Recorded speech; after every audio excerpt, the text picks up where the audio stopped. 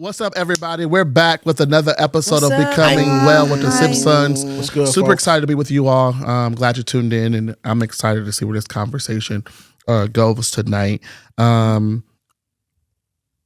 It's important, I think, for us to obviously become well, but in becoming well, I think in the last episode, we were mentioning about being healed. And I think it's important to heal from the root. And not just the symptoms, you know. I was at the hospital with my wife recently, and they said, you know, we're not going to actually be able to fix what's wrong with you, but we can at least give you relief from your symptoms. And I think so many people get, you good? She was talking about me earlier. Hand me a coaster, please. Me too, I think please. so. I got a little tickle in my throat. We just getting started. Sorry. I think so many people. That's how deliverance. I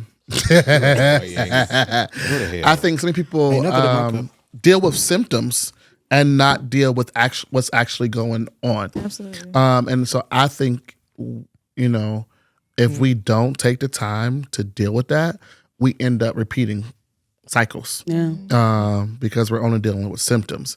So I'll start here. A couple of years ago, I was with my parents, so that's many years ago. I was in the bed asleep, and we're kind of supernatural kids over here. But something grabbed me by my ankle, picked me up in the air, dropped me back down to the bed, and when I turned to look, there was an old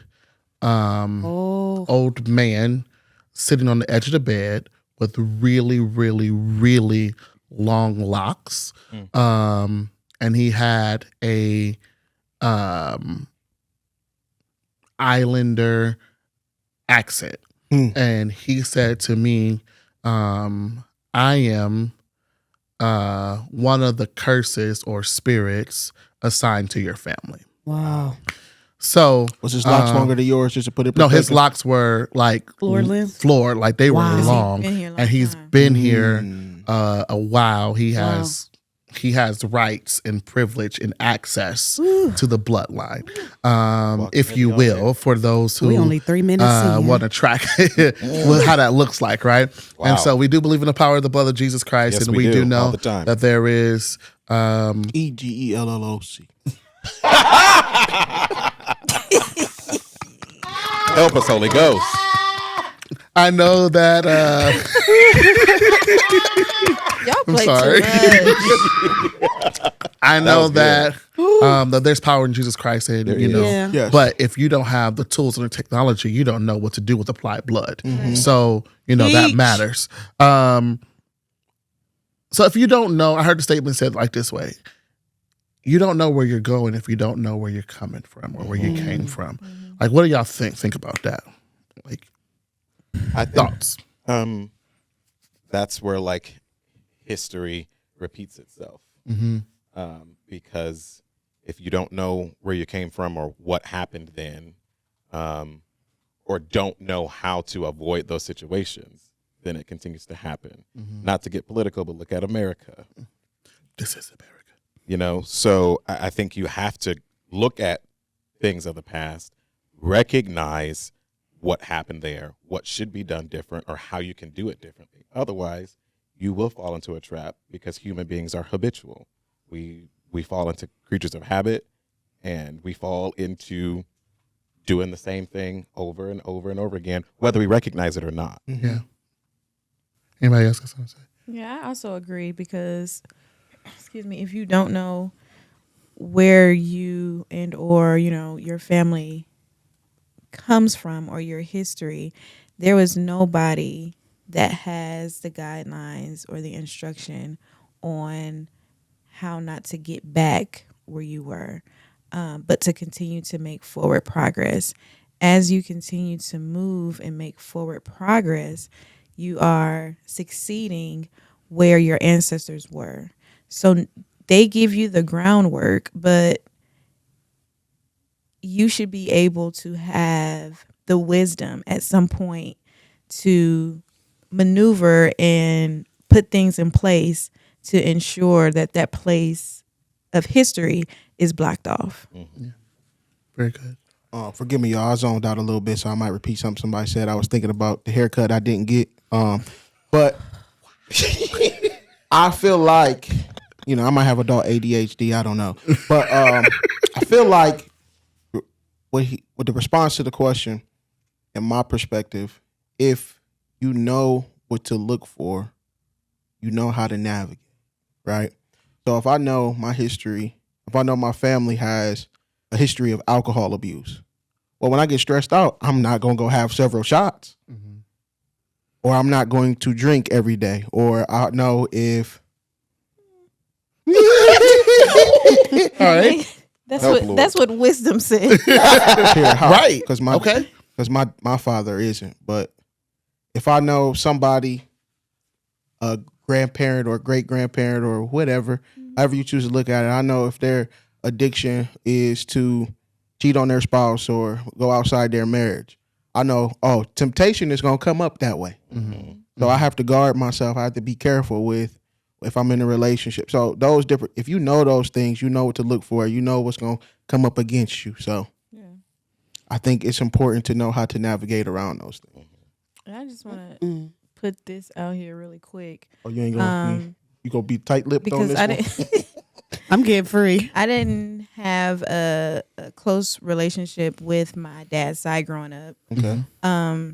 So it wasn't until my grandfather passed away, was it last year? Last year or the year before. And I was at my dad's house, and him and my uncle were cleaning out stuff, and my grandfather had AA chips. And I was like, okay. Because, honey, during COVID, sis was borderline alcoholic. Talk about it. Seriously, like, my job sending us home, sitting at home all day, being stuck in the house all day. On top of that, we had a bunch of loss that year. Like, that was my outlet. And when I found out, 2-3 years later, that, my grandfather was an alcoholic, I was like, whoa. Like, it makes sense. But also, had I known, I could have at least tried to put preventative measures in, and or finding a different coping mechanism. But yeah, I did not know my history. Yeah, I know. I can't keep a job.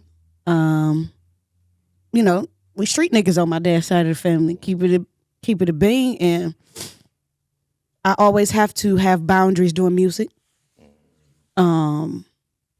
I might go perform in a club or something like that, but I'm out. When I'm done, I might shake a few hands, kiss a few babies, whatever I need to do. But kissing babies at the club is wild. That is absolutely wild. I know I can't stay long because I know me. You want to talk about that further, just a little bit, please? Like knowing that you knowing can't. yourself. So a lot of people don't be in reality with themselves. They be in denial with themselves. Put your foot right on that line that the Lord said don't touch, and you touch it anyway just to see if he's serious. Yeah. All right, Eve. Not to see if he's And that serious. man's serious. I can't be in those environments super long. Anything like past an hour and a half, 2 hours. First of all, I want to be in the bed. Period. There's nothing out there for me. That's it. But I just know because what's in my DNA. And then my pastor explained something about iniquity. It blew me away a while ago, maybe a couple weeks ago. Iniquity isn't just like the regular. First of all, it's like sin, transgression, trespass, iniquity. They're all different. Okay, I be learning stuff at church. But he said iniquity has to do with your bloodline. And I never knew that. Like, okay, so I can't do hard drugs. I can't stay out all night. Because it's not. We just were raised different. I'm not saying you're wrong. You don't have to say I'm right, but that's not the way I choose to live my life. The power of the firm. And it'd be like, I've been told multiple times for a 33-year-old, you're boring. You don't do nothing. That's why people don't listen to your music. Just a whole bunch of stuff because I don't do or talk about what typical 33-year-old talk about, but that's my boundary. And I got to stick to it. And there's a 33-year-old who will listen. Period. Somewhere. And I think just to add to that, knowing yourself is real. All that crinkling. And from a lot of my life, I've worked food service, some way, shape, or form, whether it be bartending, serving, or whatever. Almost everybody that works in food service does hard drugs, right? Really? Yes. Did They not do know that. some type of hard drug. Food service and people that are in healthcare most of the time, those two fields, you'll be Healthcare for surprised sure. how I can many see how- nurses and I doctors can see healthcare because you Healthcare got to for stay do, up. right? So I remember I was like very new to working short. at. I have heard God's voice only 2 times in my life. One was when he called me to preach. 2 was Not when with that mouth. We ain't gonna dwell there. Peter still cussed. Oh my God. Go ahead. And then the second Girl, time you on my stomach. was in that moment, I heard the Holy Spirit say no. And I knew at that point that if I did, there was never going to be any coming back from it. What did it offer you? It was Coke. But I knew there was never going to be any coming back from that in that moment if I would have done it. Yeah. And so You know what's you know, interesting? You know what's interesting? What's very interesting to me is, are we talking about generational curses, right? And you in that moment, right? Do you know? I know y'all all heard my aunt A. Nikki talk about her story, where I don't know, I don't remember what happened, but do you remember where she said she was sitting at the bar? She was like, she ordered a drink, and she was like, she knew if she took a sip of that drink, that she was gonna be an alcoholic, and she was like, Lord, please take this away from me. I don't even want to drink it. I don't want to do this. This is not where I want to go. Help me. Never heard it. really? Never Yeah. heard- Oh never yes. heard that Rob story. Roy's was her spot. So to talk about that, I want to talk about like trauma in the genes, right? Okay. Trauma in the genes. And I want to start What did you just Fear is manifested. What was that? but I want to start. We're gonna start right there with alcoholism, though, because it is in our bloodline, and it ain't on our daddy side, right? It is. We share mamas. That's how we are related. Name his brothers and as it's on our alcoholics. mama side. And see, I don't think I remember that story fully, but like we all. I turned 22, I think, Oh my. and I had a good time. That You really did. was a bad time with alcohol. I mean, I prided myself at the time, like no vomiting, like I'm good, I can hold it. But I had already had, it's my birthday, I had already had a lot of alcohol. And this is years ago, all right? And then pre-pastor, right? Then I had a distant cousin come in and was like, all right, your birthday, cool, 22 shots. And I didn't have the wisdom that I had now, and I didn't know to throw them over your shoulder or put them on the floor. I literally was taking every shot, like back to back. You And have alcohol poisoning? I probably did at some point. I remember getting home. Oh, we subscribing there's because a I got some video. stuff to say. Y'all subscribe. There's I'll a tell video. y'all about There that was night. a video. I think it's gone. I'm pretty sure it's gone now. But I remember being on the phone, and I remember the room spinning. I remember falling asleep, but I don't think it was a long time because I had to wake up and I was just vomiting. Yeah. And I vomited so much that I actually had to stop leaning over the toilet and just sit down and just let it come out. So then there's a story that they all love to tell because Yeah, alcohol. I literally had to. I turned the shower on with my toes It's not even funny, y'all. because Not your toes, I bro. couldn't reach up with my hand. Like it was a wrap. I used my toes and I turned the shower on, spent that wheel on that faucet, pulled that shower out. Like, you know, when people don't have hands and they be using their feet on the social that was that you. was fully me. Like, you know, you got to pull the shower piece up. I mean, spread my toes apart, pull that thing up, and then I just crawled in the shower This is without insane. ever standing up. And he had his clothes on. I was fully clothed, and I just lay under the shower for probably like an hour Oh, you was because you was wastebasket. there was huh? nothing else that I could Trash. do. But that is something Yeah. that's in the bloodline. But the problem with that is we heard names drank. But nobody told us it's really a problem. Yeah. There was no Yeah. education. Like, no, this is a real thing. And if you're not careful because you're already, what's the word they're using? Healthcare, predisposed. Is that how you say it? Yeah. You're already predisposed to this stuff. And once you take one drink, it's easy to be like, good time, let's go.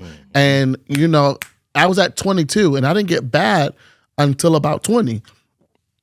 So, you know, I feel like it's important that we actually address and talk about what's in the history. Yeah.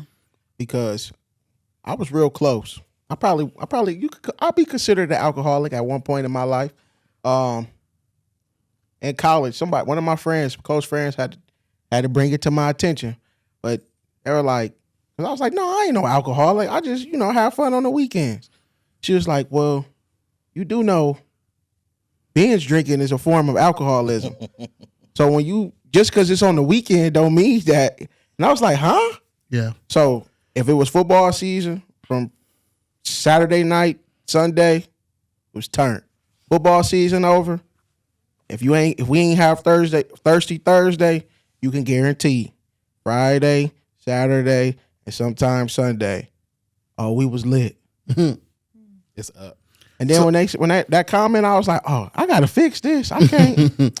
Let's go further though, because alcoholism is now symptom and not root. Yeah.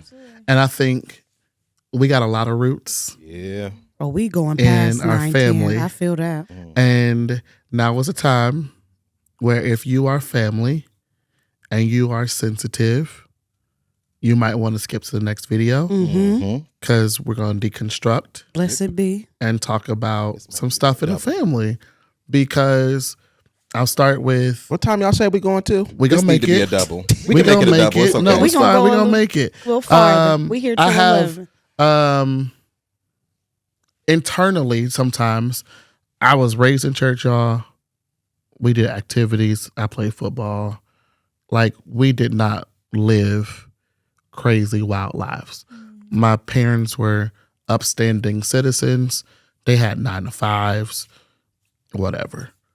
But every now and then, your boy, brother pastor, whatever, and still to this day, have these internal desires to be all out savage. And I'm not talking about low bottom totem pole savage. I'm talking about master organizer, ghost himself in real life, not even the fake stuff. Like, legitimately, there's this inward desire to be that dude. And I've never even been around it. So how the heck am I have this interest and I've never even seen even a glimpse, honestly, of the fast life? Like, how? And then they told me a story that our great aunt had a whole, I'm going to use this word for common day, trap house. Like, Okay. so savage that she walked around in a bra with 2 pistols in the bra with nothing else, like savage. So much so that even one day when I believe the story goes, the police was coming to the house or something for a raid, and homegirl had a secret escape route in the house. Period. That's Period. like, what? Savagery. Like, and so no, but they didn't talk about that. I didn't learn that until I was good and grown. And now I'm in middle school, high school, trying to do the right thing, trying to be, who God is calling me to be, all this stuff. And you being like, pulled on. and I'm just like, yo, like, why I want to do that? Like, I don't even know this. And this is something that is like literally a fascination with the guns, all this stuff, like what's, whatever. And it's because nobody was talking about, hey, like this happened in our family, which then, I don't know about y'all, but sometimes you feel crazy because you're like, this is so not Me. me. This is not what we were taught. This is not the firm. So why in the world is this coming up? Like, okay, maybe I need to pray harder. You don't need to pray harder. You just need to know what's in you and what you are susceptible to. So I don't know, anybody else got something like that? Well, I just want to say, like, when it comes to and we've talked about this before. I'm sorry if I cut you off. It's okay. We've talked about this before. When it comes to the firm, there's a way that we look. There's a way that we behave. There's a way that we speak. There's pomp and circumstance. What's the word? Circumstance. Yeah. And how we are, right? But we are also very tight-lipped on things because it's got to be about the image, right? When we go as a family, if you were to see us at a funeral, how we look as a family. A funeral, a party, retirement party. It's very impressive because we're going to have the same color. There's going to be there's a certain expectation of how you dress. But like I said, we're very tight-lipped on things. So when we present, it is the firm, but behind closed doors. We don't talk about the things that are eating away at us that we don't even know is really going on. Sure. Let me interject before I go into what I was saying, because some people may not understand when we say the firm. We all in our family loves the show The Crown on Netflix. Okay. If you ever get the chance to watch it, please watch it. That will explain what we're talking about. The hierarchy I didn't finish watching of the queen and her family and her daddy before he died, and just the way that they moved and operated. Our great grandmother, before she passed away, she loved the queen. And so we learned as time went on that to an extent she kind of fashioned herself after her. And it kind of trickled down to us in the way that we present ourselves, because you're not leaving our house half. That's number one. We don't do raggedy. Mama say it. You're going to play the part. Ain't going nowhere with me looking half. That's what we mean when we talk about the firm. And not just us. If you marry in, you got to get with it. And that's that. What I was going to say in response to Eric, when trying to figure out where a certain feeling or desire come from, there was a season in my life, and me and my husband laugh about it now, where he calls me, he told me I was a nigga. I believe it. And by that, I wasn't in many relationships, but I was a nigga. For lack of a better term. You better not spit on me. This has to be. I'm assuming this is going to be on the subscriber only portion, but I was in my whole phase. You know, like, now I ain't in no double digits. Okay, I wasn't no hoe. Okay, my numbers is yet tight. Amen. Okay, Amen. but good for you. I did not have the desire to want to be in love. I didn't have the desire to want to be with anybody. It was literally like, what's up? What's going on with you? And He breathing heavy. when we Are we doing this or not? serious. Please hold. I'm sorry. What happened? What you The snore? way he was smacking on this in the mic, trying to be quiet. I'm sorry, Tiara. I'm No, you're sorry. fine. Okay, go ahead. So yeah, like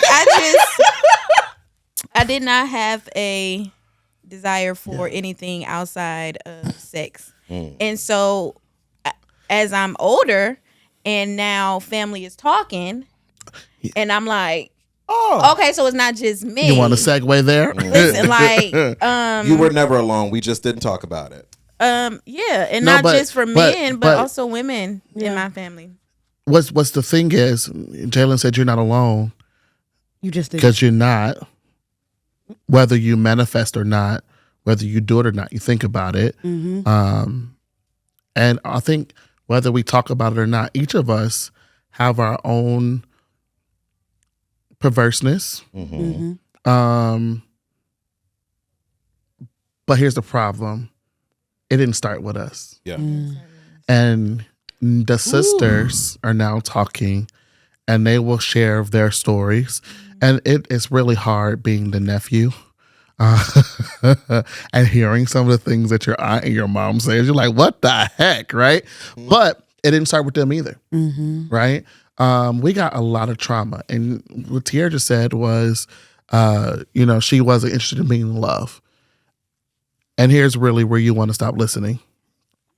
Because we've had these conversations where we now know that when our great-grandparents got together, there wasn't necessarily love there. There was a organization by the crown holder at that time, which will be our great-grandparents' mother and mother-in-law. She determined, hey, here's what's about to go down. And it is said that our great-grandmother may or may not have been in love with our great-grandfather. But what we have come to know is that she loved a good preacher. Well, and whatever that looked like and meant for her, because she was creating an image and the likeness of who she wanted to be seen as, because eventually she's going to be the crown holder. And she had an idea of what that looked like. But here we are, 2 generations removed, struggling with love because most of us was not created or conceived in that way. Yeah. You're lucky you said that's conceived. Root.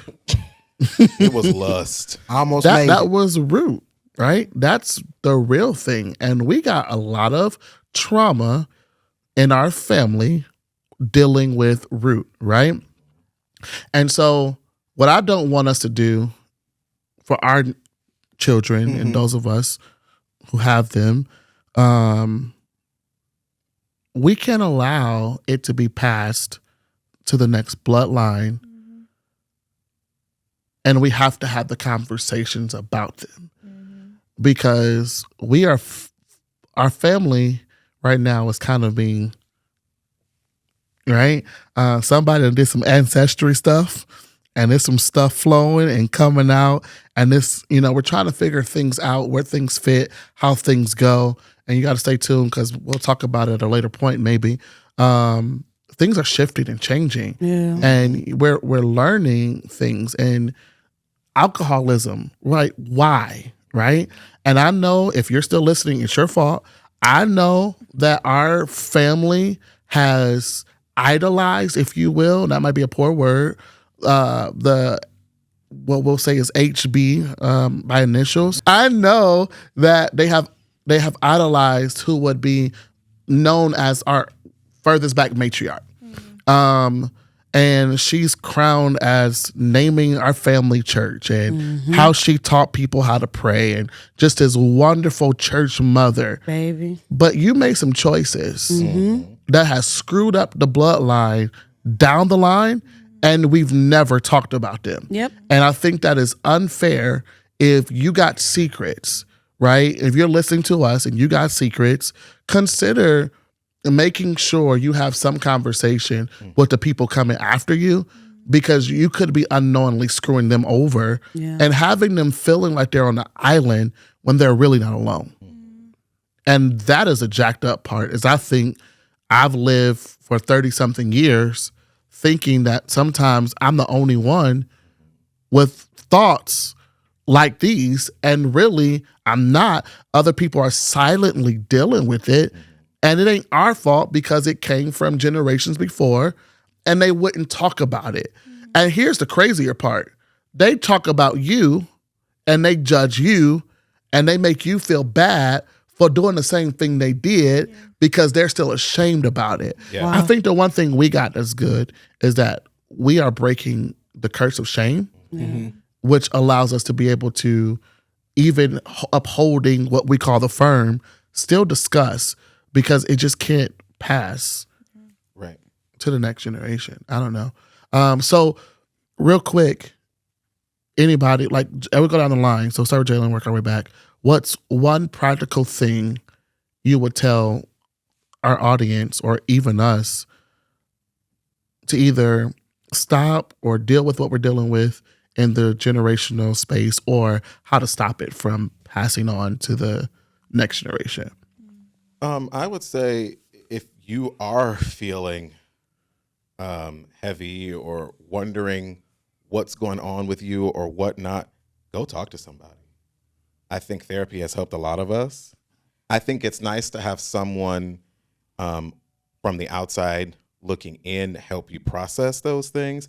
I mean, we talk amongst each other, but for me, it's been helpful to talk to somebody who is outside of this that can say, you know, this may be why you're feeling this, or have you considered that there might be something family wise, or have you talked to anybody about it, or just to help you categorize or organize those thoughts. And you might get some type of negativity or pushback from family, but keep pushing through that, because your own health is very important, and you might be the one to start it, and then it begins to help your family heal. So don't be afraid to get that help that you might need. Lex?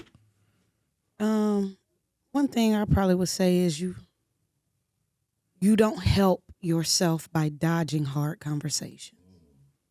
The more you try to distance yourself from it or not lean into it, only puts you back further. One of the biggest things I've learned is the minute you decide to speak on it or open your mouth on it, you break a little bit of power off of you, off of it about you. So just be like, hey, I feel X, Y, and Z, or I'm dealing with this, that, and the third, and I don't know why. And then get you a trusted ear, right? Trusted ears, I feel are a rarity in our day and age.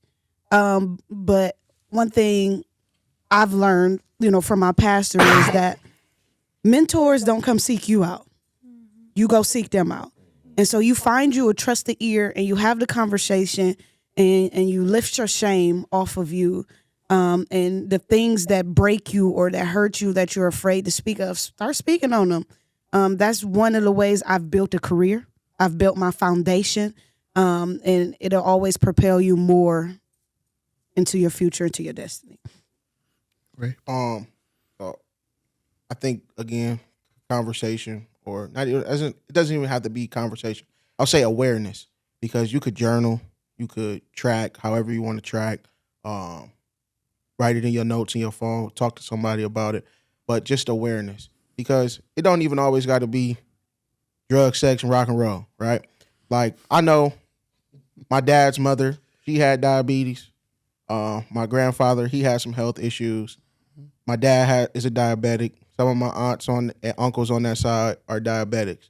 And guess what? I like Pepsi.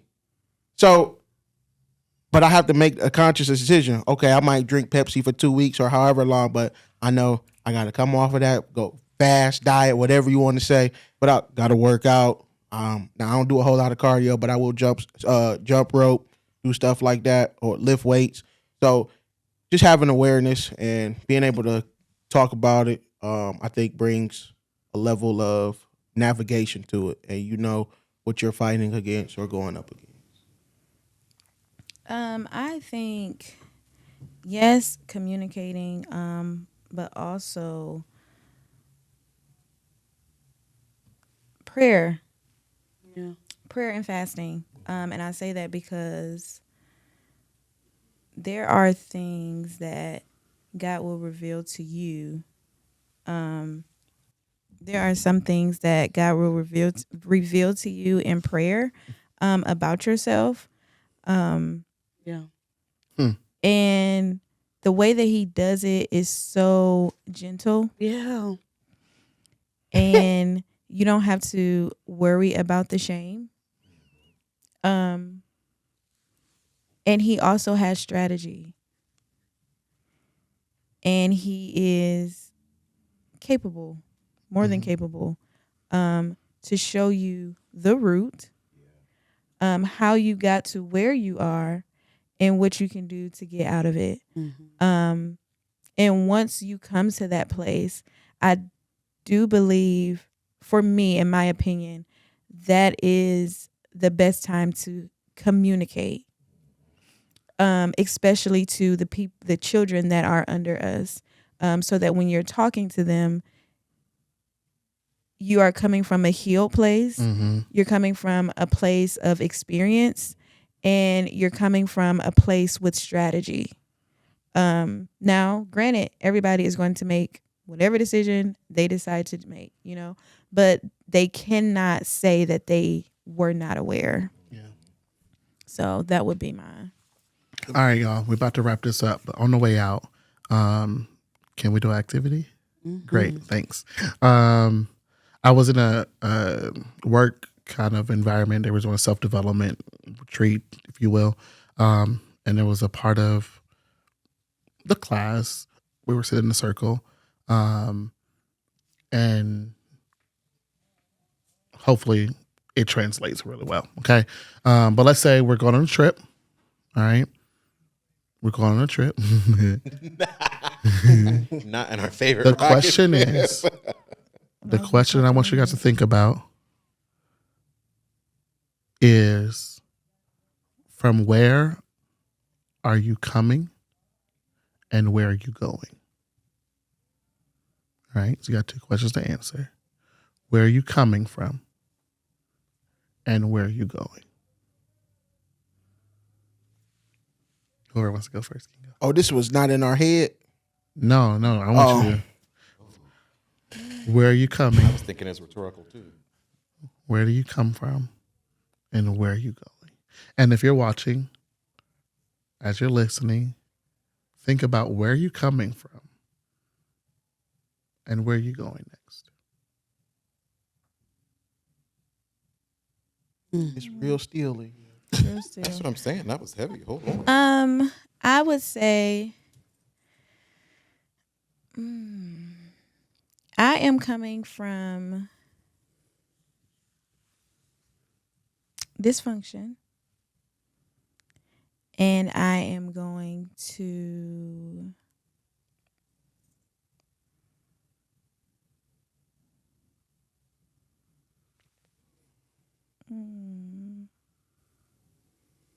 organization. Fair. Next. I think I am coming from control issues. Mm-hmm. Because I've been on his sovereignty kick. So I'm coming from control issues into, I want to say, freedom, Mm-hmm. purpose, those things. Ray.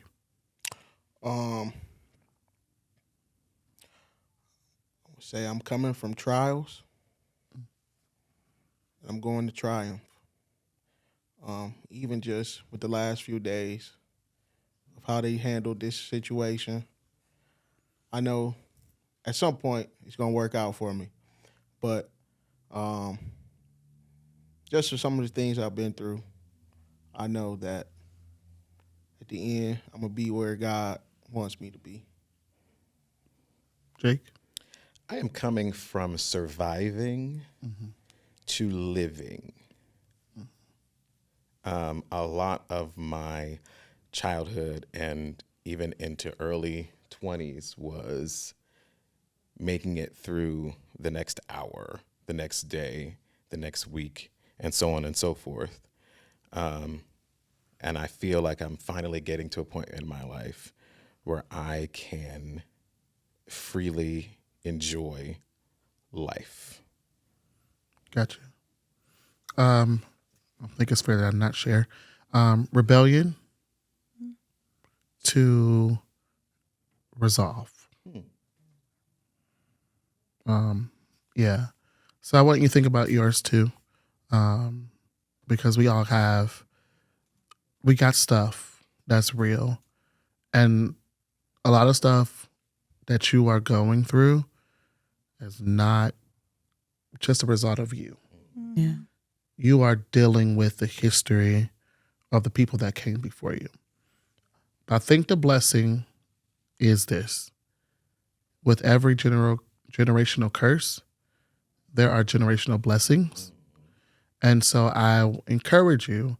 You've heard us talk in the past about how great our family is and how people want in and all those things. So we definitely celebrate the good stuff.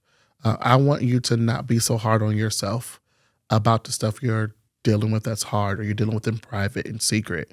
But I want you to realize that there are some generational blessings that have come down as well.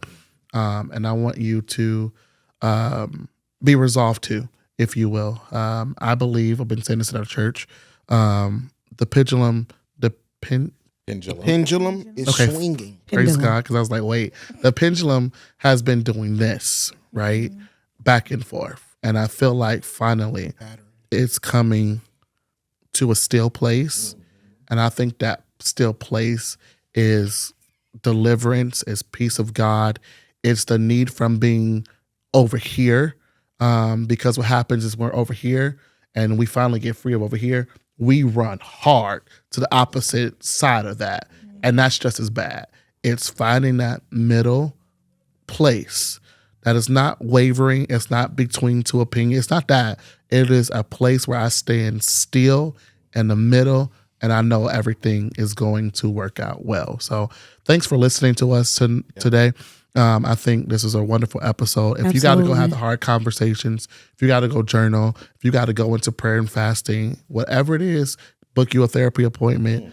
Absolutely. Like, we encourage you to do that because there is freedom on the other side and you're not just stuck in what the family did, but it's good to know what the family did so that you can have a plan to navigate around what's in you and what can happen to you. So we love y'all. Thanks for tuning in tonight, and hope to see you at our next one.